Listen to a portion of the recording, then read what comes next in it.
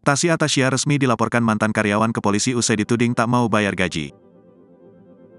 Masih ingat dengan kasus Tasya Atasya dengan mantan karyawannya? Kini kasus tersebut masih berlanjut dan dibawa ke polisi. Sebelumnya, Tasya diduga belum membayar gaji karyawannya hingga viral di media sosial.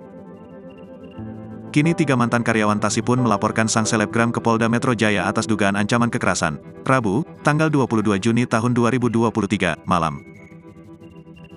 3 orang mantan karyawan Tasya Atasya mendatangi Polda Metro Jaya untuk melaporkan dugaan ancaman kekerasan tersebut didampingi kuasa hukum mereka, Marloncius Sihaloho. Menurut Marloncius Sihaloho, Tasya Atasya sampai mendatangkan orang ke rumah mantan karyawannya dan melakukan ancaman kekerasan.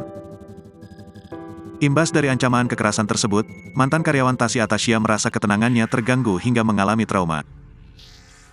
Lebih lanjut, Marloncius Sihaloho mengatakan bahwa semua bukti yang akan dilaporkan ke Polda Metro Jaya sudah lengkap beserta foto pelaku.